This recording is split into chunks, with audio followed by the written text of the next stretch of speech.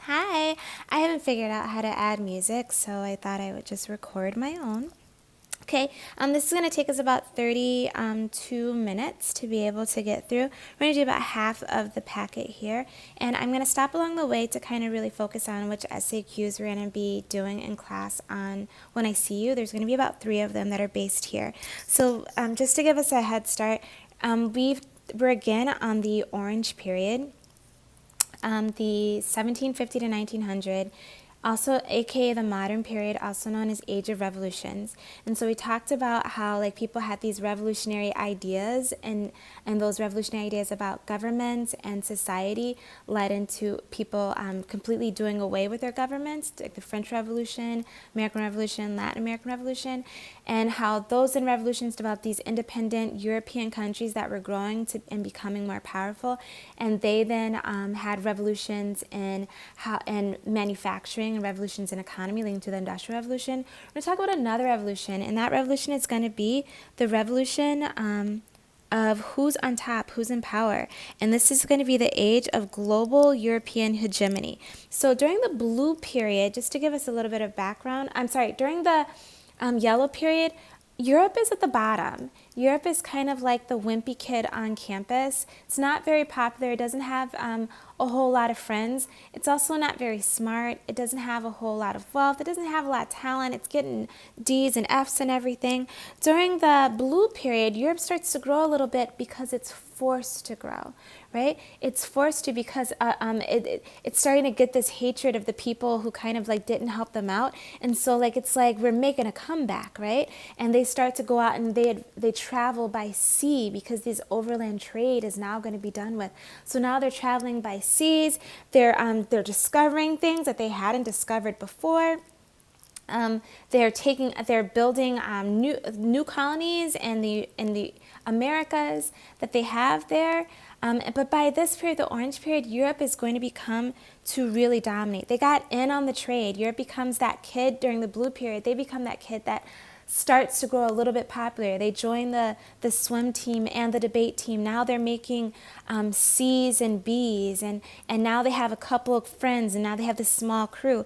By the Orange period, they're the big man on campus. They're the dominant ones, and they are coming up with this global hegemony, this dominance. And not only do they dominate, other people say that they should be dominated too. The people that they take over give them that right to dominate as well. So that's what we're going to talk about in this next period. We're going to talk about what imperialism is. What do you know about it? You probably don't know much about it. So let's keep reading so we can find out. This is going to be one of those. I think I'm going to go to you, Michelle. Michelle, you're going to be able to, at the end of this, I want you to be able to explain to us what this quote means on Monday. When the whites came to our country, we have the land and they had the Bible. Now we have the Bible and they have the land. What does that mean? Let's find out. Okay, let's go on. 1800s, post-industrialization, Europe takes over the world. Europe dominates Africa. They're going to have nearly 100% of Africa. They're going to take over India. They're going to control Southeast Asia. They're going to have a severe influence on China, and they're going to influence Japan to be more like them, and Japan is now going to be somebody who dominates too. The sun never sets on the British Empire. This quote here, I think for this quote, I'm going to go to Caleb. Caleb, on Monday, I want you to explain what does this quote mean, and you'll be able to explain it after viewing the whole video. Okay, alrighty. So we have to know what are these things that drive Europe to going out and taking over some other countries. So, well, first let's talk about what imperialism is. I got ahead of myself. So from 1750 to 1914, Europe is in the business of this thing called imperialism. Imperialism is the economic dominance of one country by another country. The economic and political dominance of one country by another country. I'll say it one more time. Imperialism is the economic and political dominance of one country by another country. And there are 3 different motives for it. We have political motives, which are going to be like nationalism, control. Economic motives, which are going to be the search for raw materials and industry. And then we have cultural motives, which are going to be like religious and so on. So let's take a look at this. One reason why, I remember during the Blue Period, Europe is out there traveling by sea. Remember, trade goes from land, trade by land, to trade routes by land, like the Trans-Saharan trade route, the Silk Road trade route, to trade route by sea, the transatlantic slave route, the Indian Ocean trade route. And because of that, Europe is kind of far away, and they're going to need places for their boats to stop and dock, to resupply, to fill up on things, to have their people sleep and what have you. So they're going to need colonies in strategic locations so that they can have their ships stop and dock. But another political reason for it is just sheer patriotism and nationalism. This knowing that your country has more than somebody else develops this sense of pride, right? Oops, I'm going to do that in red. Develops this sense of pride and in your country. France is like, I have more than you do, Germany. And Germany's like, we have more colonies than you do, Belgium. Really annoying, right? Then there are going to be these economic things. So this need for raw materials is also going to do that. Why do they need raw materials? They need them because of, we just talked about this in the last little thing, and that's because of industrialization, people. All right, so they need it for industrialization. They need stuff that's going to help them build their factories, and they also need stuff to build things in their factories. So where are they going to get all of these things from? They're going to get all of these things from the colonies that they're going to take over, these other countries that they're going to take over. And not only are they going to get these raw materials from these other countries so that they can start making manufactured goods, but these manufactured goods, they're then going to sell back to these countries. So these new colonies become a market, a great place for them to sell the manufactured goods that they're making out of all this crap right here. Sorry, that's not crap. We all know gold and diamonds. Those aren't crap. But more importantly, these colonies are a place of cheap labor. They don't want to have to pay people a whole lot. And so if I can pay, at home we have to pay, like in Chicago, they want to make the minimum wage $15 an hour. And that's great. It's not great for the person who owns a factory. So what are they going to do? They're like, hey, I'm going to then outsource to another city, and maybe a city in Guatemala where I can pay somebody $5 an hour. And so they're like, we want cheap labor, and that's what we're doing there. They also had cultural reasons. And we'll talk about that, cultural reasons. One is for the ever love of spreading Christianity.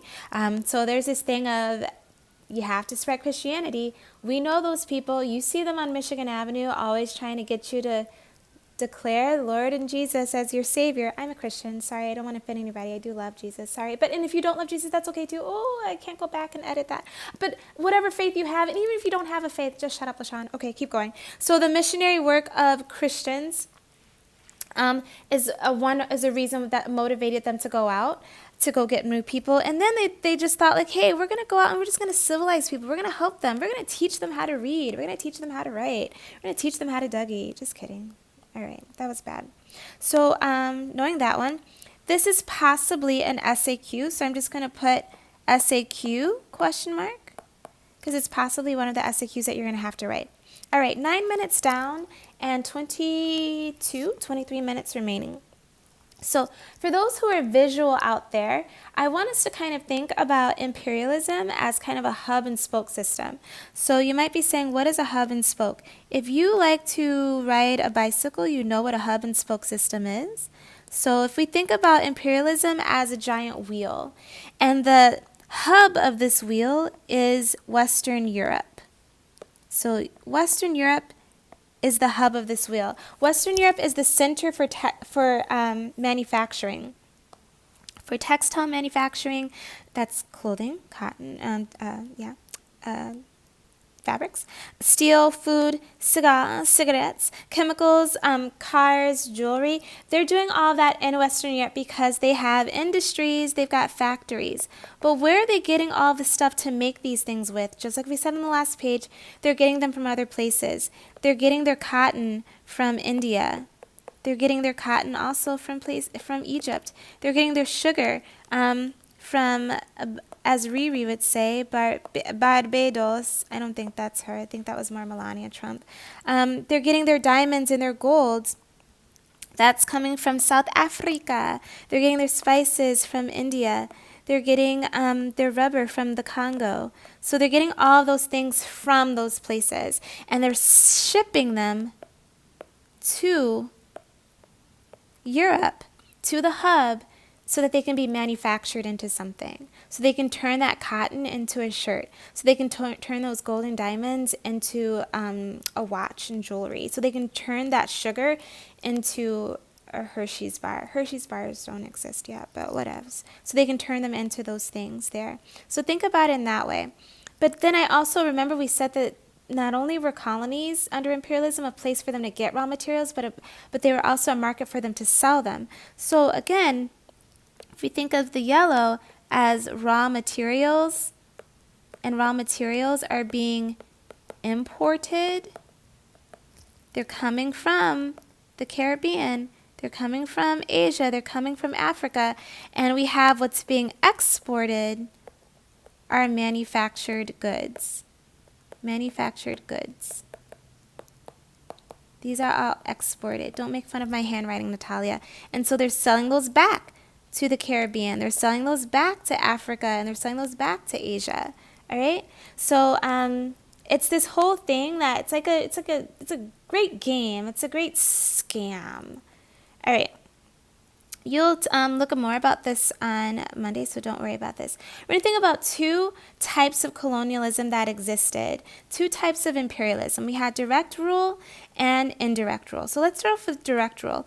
Direct rule means the imperial power, the European power. They claim a colony and they send Europeans to run it.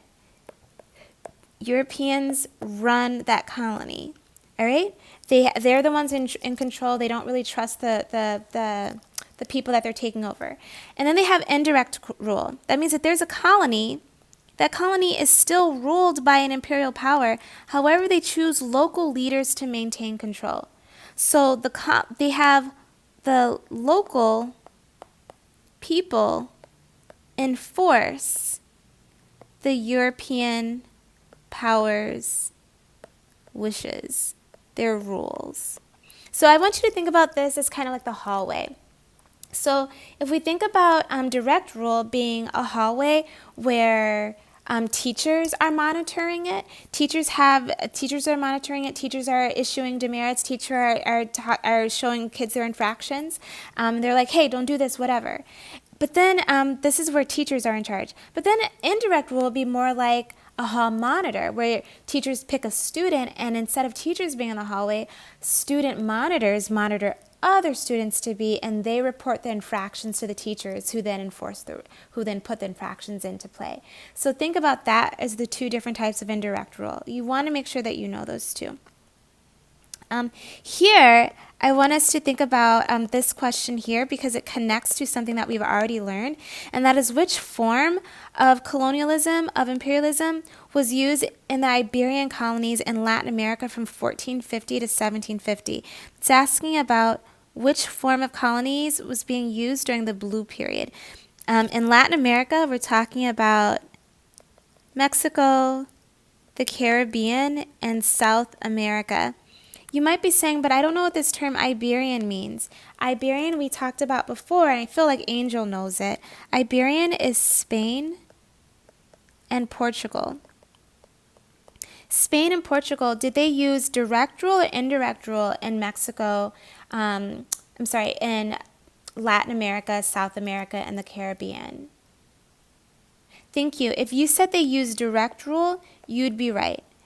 Spain and Portugal used direct rule. Remember, they had viceroys that did their bidding. They actually sent rulers from Spain to go in and implement their rules. Okay, let's keep going.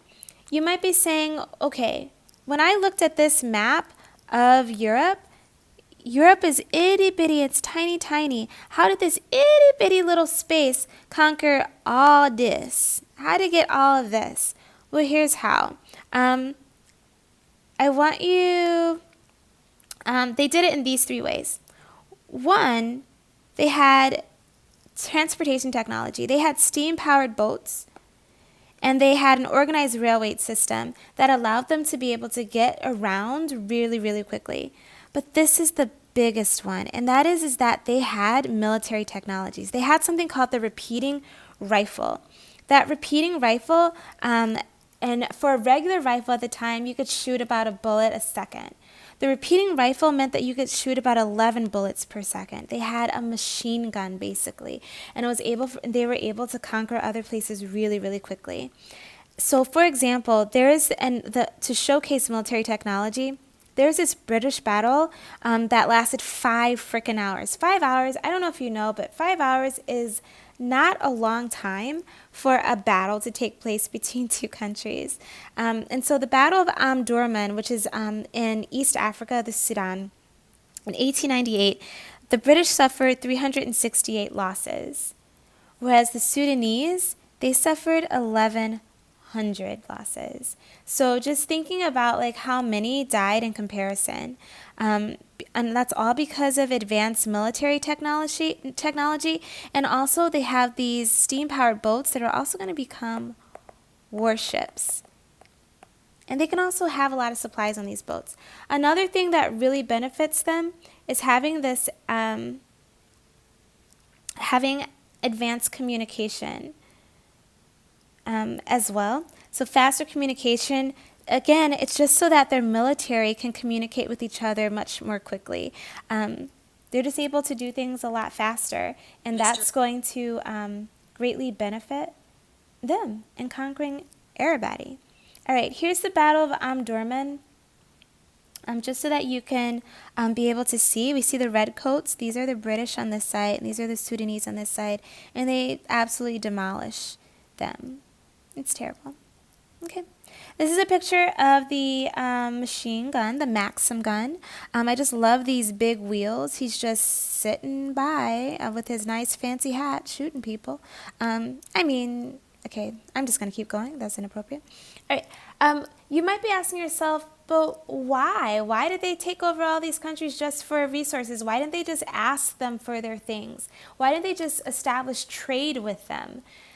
Good question. And that might be because there's another ism that's responsible for this imperialism, and that's good old-fashioned racism. So let's go back to this idea of ethnocentrism. Ethnocentrism is the idea that your race is at the center of the universe. So here's you, and you equate you with being normal, right? You equate you with being good. You equate you with being like, great. Great. And then here's everybody else. So literally you are at the center. Your ethnicity is at the center of the world, and everybody else is on the outside. Everyone else, right? And so we might call, and these people over here, they're abnormal. These people over here are weird. These people over here may even be considered bad, or we also call these people that are on the outside. We have another term for them, and that was that term that we used again, marginalized. Think about, to help you remember that, these marginalized groups, they're on the outside. They're on the outside just the same way that a margin is on the outside of a paper that you have. So when you're thinking about the papers that you have that you write on, or even the paper that you have right now for your lecture notes, all the important stuff is in the middle there. And then that white space on the side, that inch that's around the top sides of the top, bottom, and sides of it, that's where you put all the extra stuff, all the stuff that you don't need, the less important. And so marginalized groups are considered less important groups. That's what's on the outside. Can you remember what group of people once thought of themselves as being in the center, and they had the most amount of power during the yellow period and even going into the blue period? If you can remember. Remember during our trade simulation, they're the ones that had as much candy as possible, and they really didn't need to trade with anyone else. If you said China, you'd be right. China thought of itself as the Middle Kingdom, It thought of it. It was ethnocentric. It was powerful. However, that is going to be all out. China, the new China, is Europe. Europe is now at the center of the universe. And Europe develops this idea of social Darwinism. It's this belief, social, you know that, society. Darwin is named after this guy named Charles Darwin, who came up with something called the theory of evolution. And this was that humans derived from primates, and that there's survival of the fittest, that the people that are most adapted to a certain environment are going to be the ones who are going to be the strongest ones for it and are going to dominate that environment. And so social Darwinism is a belief that Europeans were best suited for the 19th and 20th century, and therefore, because they're the best suited, because they were able to develop all these great weapons and all these great ideas, that their race was dominant. And this belief in their dominance is also kind of this belief in their superiority and that they're better than everybody else. And because they believed that they were superior to other people and that their way was the best way, so you can think about this one, is my way equals the best way. They thought that it was their duty to teach other people. They thought it was their duty to teach other people the European way. And that duty to teach other people, I said duty 2 times, was the white man's burden. Because literally the white man is European, and their burden is to teach the European way to the rest of the world. So the Europeans had a moral obligation to civilize the rest of the world. Who's the rest of the world? Those are the noble savages. Those are the Indians. Those are the blacks. Those are the Asians. And those are also the mestizos of Latin America, right? The Cubans, the Mexicans, the Guatemalans, these new race of people that they have here. And it's all done by this guy, by a poem by this guy named by the name of Rudyard Kipling. He comes with a poem that does all of it, and the name of his poem is literally The White Man's Burden. Don't worry, we'll read it in class so that you're able to see it there.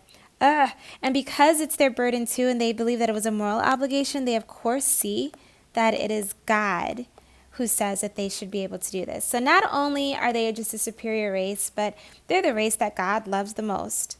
Interesting when they're going to start spreading Christianity. We'll find out. All right, this is the political cartoon. This political cartoon is also called The White Man's Burden. In purple, I'm going to put down SAQ. Because this would possibly be an SAQ for you too. I want you to think about how this cartoon exemplifies, like it really truly illustrates the white man's burden. Who's the white man? What's the burden? Why are they doing this? So that means that you need to know all this, putting that together to be able to explain this. Okay. This is just a really great political cartoon of Uncle Sam. You always know it's Uncle Sam because he has these striped pants on. And Uncle Sam is doing the same thing that Europe did, because we don't often think of, like, when we're talking about Europeans, sometimes we forget to throw the USA in there, because the US is also part of the West, because it's in the West. And they did some imperializing of their own. Hello, Cuba. Hello, California. Hello, Alaska. So we go back to the I didn't land on Plymouth Rock landed on me. Anybody knows that one? Anybody? No? Malcolm X?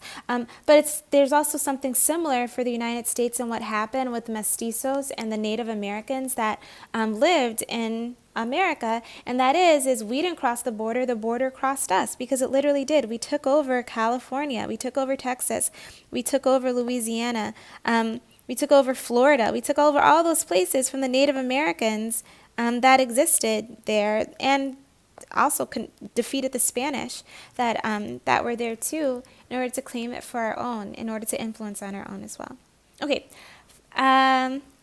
8 more minutes. Let's dig into this idea of scientific racism. So you might be saying social Darwinism, what gave them the right to think that they were so much better than everybody else other than that they had great weapons? Well, they also tried to use science. So this is where they're trying to connect. Remember how we said the Enlightenment was where they were putting down these ideas about they're using reason and science in order to change society. Well, they use science here too for in order to imperialize. But this science is going to be in quotation marks because this is something called pseudo. I misspelled that.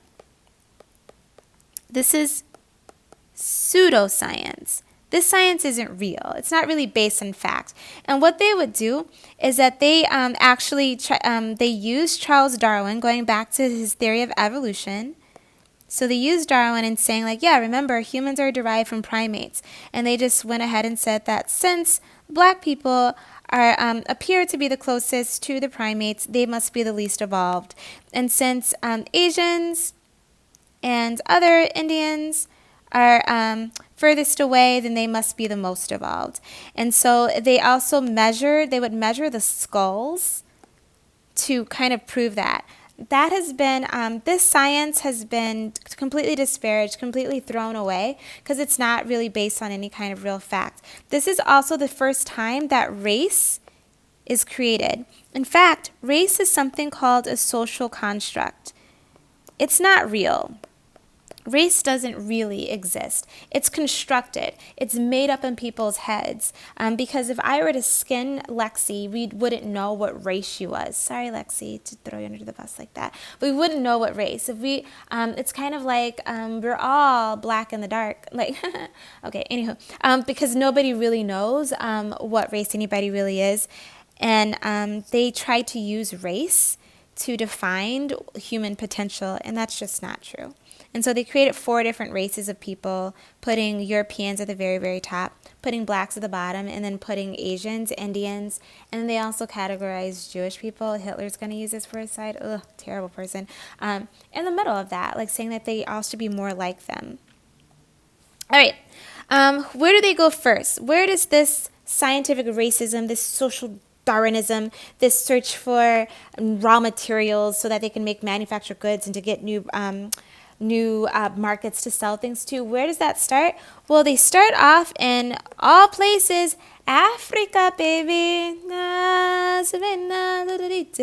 Okay, so they go to Africa first. So 7 countries in Europe are going to compete with each other in order to conquer Africa so they can get their hands on all that Africa has to offer.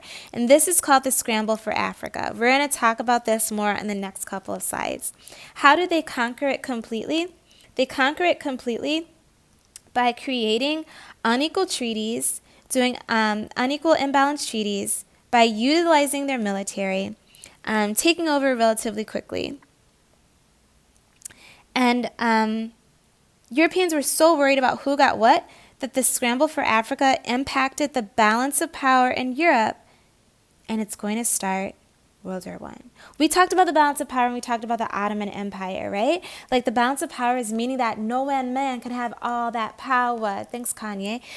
They wanted to make sure that only that if France had got wealthy and had territory, then Great Britain was going to get wealthy and get territory. And then that meant Belgium was going to get wealthy and get territory. Because if one country had more power than another country, that powerful country became a threat to the smaller, less powerful countries. And so they needed to make sure they had a balance of power to keep that from happening.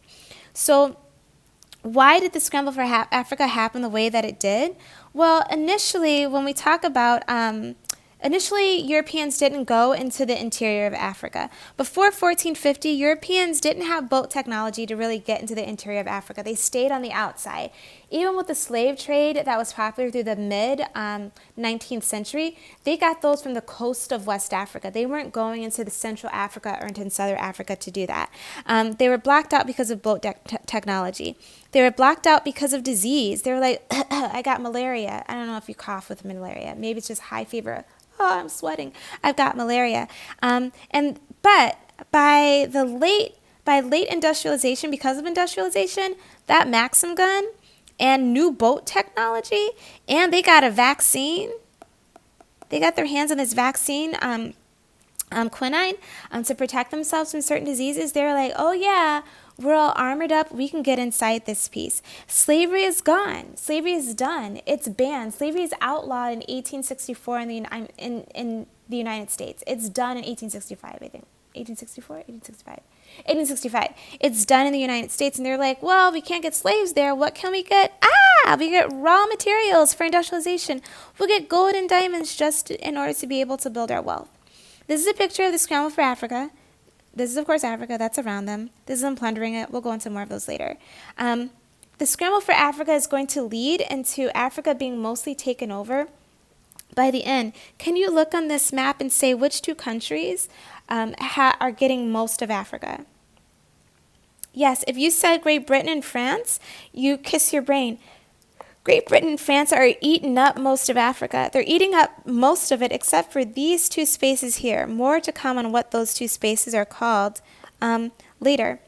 So they're eating up, taking up most of it. They're going to eventually disrupt the balance of power, causing some anger amongst all the rest of these people here. So how do, if all these people are fighting with one another to see like who's going to get what, there is this fear that there is going to be war because of the conflict between who was going to have what. Italy's going to be like, no, this part's mine. Portugal, I want this. Spain, no, I want this. Look how much they're even sweating to be able to get it. So how are they going to solve the problem? Well, Otto von Bismarck, you remember him from Germany. He calls all the European powers together. He's like, wait a minute, stop. This is going to lead to a war and an outbreak. We need to decide right now who's going to have what.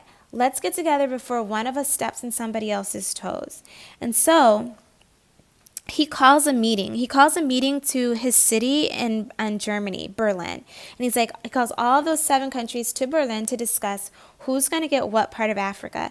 And they all agree to divide Africa into these borders. They agree on this.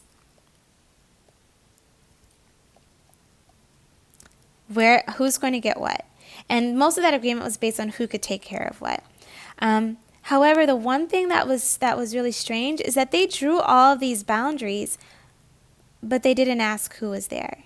And they had no regard for African tribes, languages, or culture. They just started mushing people together who didn't like one another. Imagine me like saying like, hey, you're going to go to the dance, and this person is going to be your date to the Valentine's Day dance, no matter what. And like you're like, but I don't like them, but they smell, but they're mean to me, but they're dating somebody else. It doesn't matter. They just put them all together with total disregard for African will. This is going to cause conflict in the next era that we study. Okay, so, and they also decided to have no Africans present. Terrible, terrible people. Didn't do this one. And within 30 years of 1884, which you should know, all of Africa is taken over except for Liberia and Ethiopia. All of it's conquered except for Liberia and Ethiopia. This is really terrible, guys. This is them dividing up Afrique. I like that, Afrique. And this is, of course, little Otto. And these are the other 6 countries. Look at them. He really wants a piece of that cake. Okay. Terrible. The only reason why Ethiopia and Liberia stay free is because Liberia is a former slave colony. So the Back to Africa movement, before Marcus Garvey's Back to Africa movement, that started in the 19th century. There was a bunch of Europeans that lived in the United States that were like, hey, we don't want slaves anymore. You're right, we shouldn't have them, but we're also kind of racist because we don't want black people. And so they got together a ship, and they shipped a bunch of black people back to Africa, and they started this little colony of Liberia. Literally, Liberia, liberty, freedom is within it. Ethiopia didn't get conquered because Ethiopia had access to guns. This is my gun. Pew, pew. And they also had Christianity already. So when they came, they were like, hey, we brought you a Bible. They were like, we already have it. We love Jesus already. And then when they came with their guns, they're like, give us your territory or we'll shoot you. They're like, no, thanks. We already have guns. We'll shoot you back. So those are the 2 reasons why they were able to remain free. Okay, that is it, folks. I'm going to stop there. Oh no, I keep going. What's happening? We're going to stop there. I gave you 2 possible essay cues. I didn't get all 3. Maybe the third one can be a really big surprise. So I will see you in the next class. I hope that you have a great weekend or weekday whenever you're going to be seeing this one. And goodbye. Do do do do do do do do do do do. Remember, I don't have theme music. Sorry. Bye.